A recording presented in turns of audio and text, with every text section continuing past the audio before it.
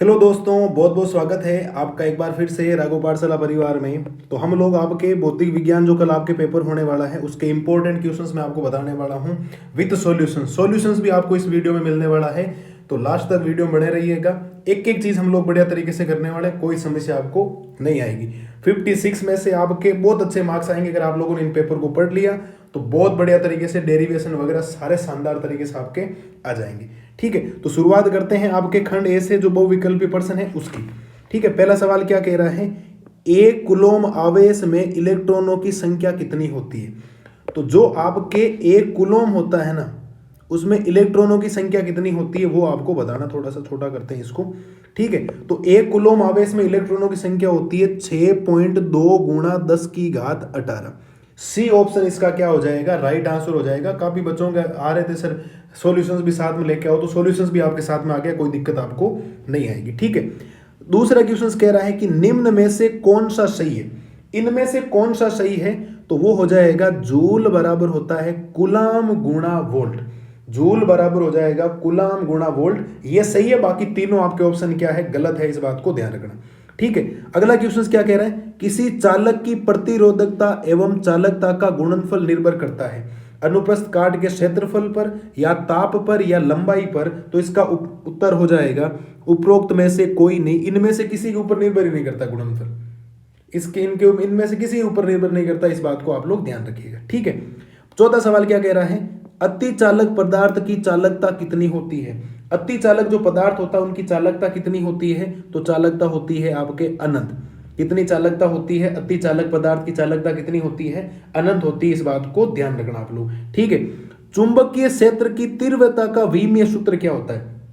जो चुंबकीय क्षेत्र होता है उसकी तीव्रता का मात्रक कितना होता है, तो मात्रक हो जाएगा m1 t की घात -2 गुणा a की घात -1। मतलब ऑप्शन नंबर बी इसका क्या हो जाएगा, राइट आंसर हो जाएगा, कोई समस्या आपको नहीं आएगी। ठीक है, किसी विद्युत परिपथ में धारा वोल्टता से π/2 कोण पश्चगामी है तो परिपथ कौन सा होगा, तो केवल L हो जाएगा। कौन सा हो जाएगा, केवल L। π/2 कोण दे रखा है तो केवल क्या हो जाएगा आपके L हो जाएगा, इस बात को आप लोग ध्यान रखना। तो 6 सवाल तक आपको कोई समस्या आनी नहीं चाहिए किसी भी प्रकार की, इस बात को ध्यान रखना। सवाल संख्या देखते हैं 7 कि पाइटिंग सदिश का मान होगा। जो पाइटिंग सदिश होता है ना उसका मान कितना होता है, तो S बराबर 1/μ हो जाएगा, ए ऑप्शन।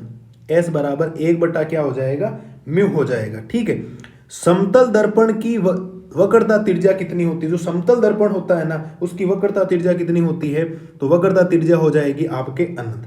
तो ये जो 7 सवाल आपको नजर आ रहे हैं अभी स्क्रीन के ऊपर, इनको बढ़िया तरीके से एक बार वापस देख लो, कोई दिक्कत आपको नहीं आएगी। अच्छी तरीके से इन क्वेश्चंस को याद करना है, फिर ऐसे नहीं हो कि पछतावा हो कि मैंने आपको बताया था इसमें से क्वेश्चंस आ गए, है ना। 80% क्वेश्चन आने के चांसेस है, तो और तो आपको क्या चाहिए, तो ढंग से देख लो इनको ताकि आपका काम आसान हो जाए, आपको कोई समस्या नहीं है। ठीक है, ये हो गया 7 तक, कोई दिक्कत नहीं। 8वां सवाल देखो।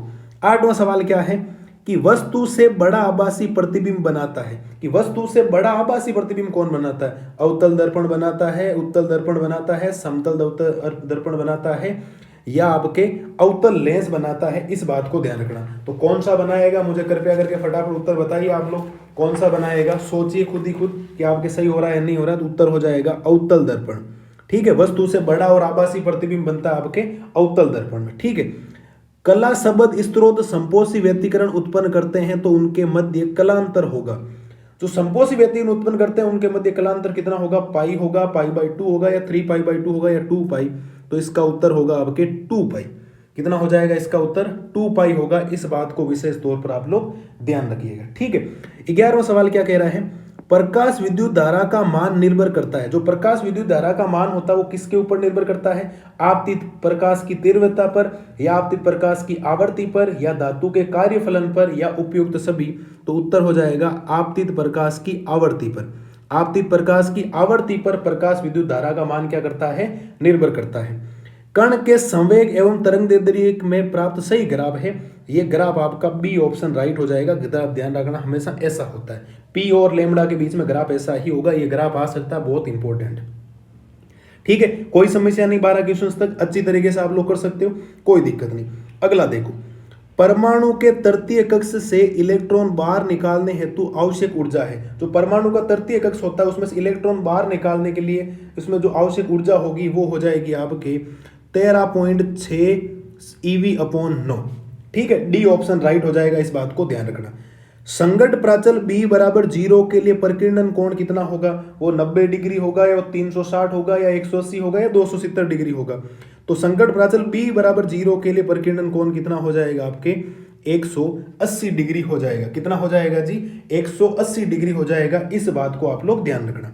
ठीक है, किस नाभिक के लिए प्रति न्यूक्लियन ऊर्जा बंधन ऊर्जा का मान सर्वाधिक होता है? प्रति न्यूक्लियन ऊर्जा के लिए बंधन ऊर्जा का मान सर्वाधिक हो जाएगा, वो हो जाएगा 26 Fe56 के लिए। इसका उत्तर हो जाएगा सी, करेक्ट आपका आंसर हो जाएगा। ठीक है, तो यहाँ 15 तक आपको कोई समस्या होनी ही नहीं चाहिए। एक रिक्त स्थान और बचा है जो आपको ध्यान रखना। ठीक है, वो कौन सा है कि GAAS। GAAS क्या होता है? तत्व अर्धचालक है, मिश्र अर्धचालक का उदाहरण है, या कुचालक का है, धात्विक अर्धचालक का है? तो उत्तर हो जाएगा मिश्र अर्धचालक। क्या हो जाएगा? आपके मिश्र अर्धचालक हो जाएगा इसका उदाहरण। तो आपको 16 MCQ मैंने आपको बता दिए, उत्तर सहित बता दिए। काफी बच्चों के मैसेज आ रहे सर उत्तर बताओ, उत्तर हम लोग कहाँ से ढूंढेंगे? तो ये लो साहब, मैंने आपके लिए उत्तर भी ढूंढवा दिए, कोई समस्या आपको नहीं आएगी। अब देखते हैं रिक्त स्थानों को। किनको देखते हैं रिक्त स्थानों को? तो ये हो जाएगा धातुओं के लिए परावैद्युतांक का मान कितना होता है।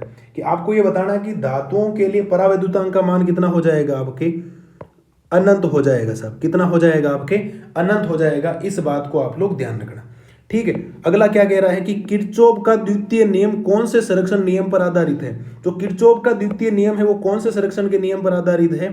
तो वो हो जाएगा ऊर्जा संरक्षण के नियम पर। कौन सा हो जाएगा? ऊर्जा संरक्षण के नियम पर किरचॉफ का द्वितीय नियम निर्भर करता है, इस बात को ध्यान रखना। धारा मापी में एकांक धारा के लिए उत्पन्न विक्षेप को क्या कहते हैं? जो धारा मापी होती है उसमें एकांक धारा के लिए उत्पन्न जो विक्षेप होता है उसको क्या कहते हैं? उसको कहते हैं सुग्राहिता। क्या कहते हैं? आपके सुग्राहिता कहते हैं। इस बात को आप लोग ध्यान रखना। ठीक है, ये भी कोई दिक्कत नहीं है आपको किसी भी प्रकार की। तीसरा सवाल भी हो जाना चाहिए। धारावाही जो लूप होता है वो किसकी तरह व्यवहार करता है? जो धारावाही लूप होता है ना वो किसकी तरह करता है? वो चुंबकीय द्विध्रुव की तरह व्यवहार करता है। इस बात को ध्यान रखना। तो इसमें क्या हो जाएगा? चुंबकीय द्विध्रुव, इसका क्या हो जाएगा? आपके उत्तर हो जाएगा। धारावाही जो लूप होता है एक चुंबकीय द्विध्रुव की तरह क्या करता है? आपके व्यवहार करता है। इस बात को ध्यान रखना। शुद्ध धारितीय परिपथ के लिए शक्ति गुणांक का मान कितना होता है? जो शुद्ध धारितीय परिपथ होता है ना उसके लिए शक्ति गुणांक का मान कितना होता है? तो शक्ति गुणांक का मान हो जाएगा 0। कितना हो जाएगा? आपके शक्ति गुणांक का मान हो जाएगा 0। इस बात को आप लोग ध्यान रखना। ठीक है, प्रकाशिक तंतु किस घटना पर आधारित है? तो प्रकाशिक तंतु जो होता है वो आपके पूर्ण आंतरिक परावर्तन पर। बहुत इंपॉर्टेंट सवाल है, इस बात को ध्यान रखना। पूर्ण आंतरिक परावर्तन। ठीक है, तो प्रकाशिक जो तंतु होता है वो कौन सी घटना पर आधारित होता है? पूर्ण आंतरिक परावर्तन पर होता है। इस बात को आप लोग विशेष तौर पर ध्यान रखिएगा। ठीक है, संपोषी व्यतिकरण के लिए तरंगों के मध्य कलांतर क्या होना चाहिए? तो कलांतर या तो 0 या पाई का क्या होना चाहिए? समगुणज होना चाहिए। संपोषी व्यतिकरण के लिए तरंगों के मध्य जो कलांतर है वो 0 या पाई का क्या होना चाहिए? आपके समगुणज होना चाहिए। इस बात को ध्यान रखना आप लोग। ठीक है, आइंस्टीन प्रकाश विद्युत समीकरण कौन से संरक्षण पर आधारित है? जो आइंस्टीन प्रकाश विद्युत जो समीकरण होती है वो कौन से संरक्षण पर आधारित होती है? तो वो होती है आपके ऊर्जा संरक्षण पर आधारित होती है। कहां पर होती है? आपके ऊर्जा संरक्षण के नियम पर आधारित होती है। इस बात को आप लोग ध्यान रखिएगा।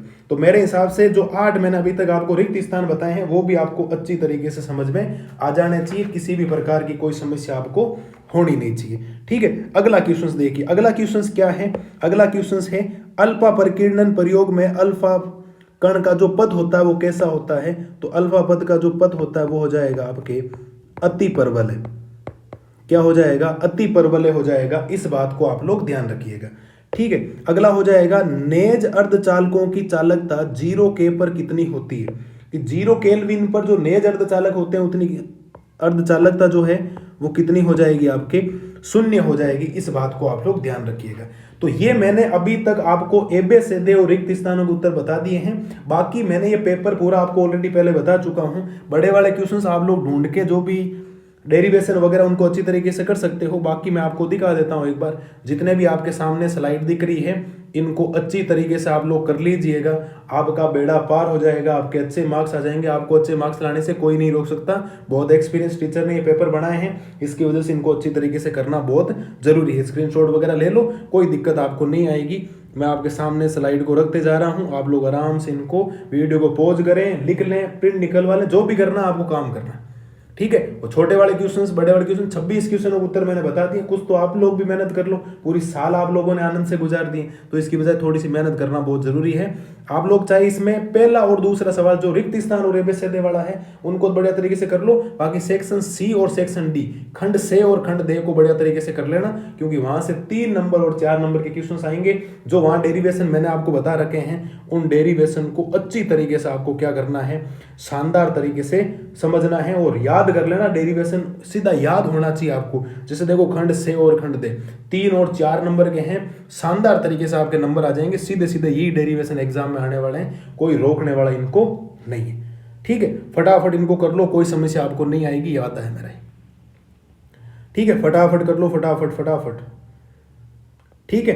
तो ये आप लोगों के पास सारे के सारे जो भी दे रखे हैं, ये जो परिनालिकाकरण, बायो सावर्ट के नियम का कथन भी लिखना, चुंबकीय क्षेत्र का मान याद करना है, सारा का सारा आपको याद होना चाहिए, मतलब याद होना चाहिए, दूसरा बहाना नहीं होना चाहिए। पीएन संधि, डायोड वाले सारे जो सवाल हैं आपके सामने, पूरे प्रकारों को विस्तार से समझा के आपको काम करना है। फटाफट कर लो इनको, फटाफट कर लो, फटाफट कर लो, फटाफट कर लो, फटाफट कर लो इनको, ठीक है। प्रतिघात वगैरह जितने भी हो सकते हैं शानदार तरीके से आपको खंड दे में 19 में 20 में जो सवाल है स्क्रीनशॉट ले लो, वीडियो को पॉज करो, लिखो और याद कर लो, बेड़ा पार है आपका, कोई रोकने वाला नहीं है आपको, ठीक है। कोई दिक्कत आपको नहीं आएगी, ठीक है। ये बातें मैं कल आपको बता चुका हूँ। सुरेंद्र जी आचार्य हैं हमारे, उन्होंने आपके लिए पेपर बनाया, उन्होंने आपके लिए उत्तर भी भेजे हैं, और तो आपके लिए क्या करें बताओ।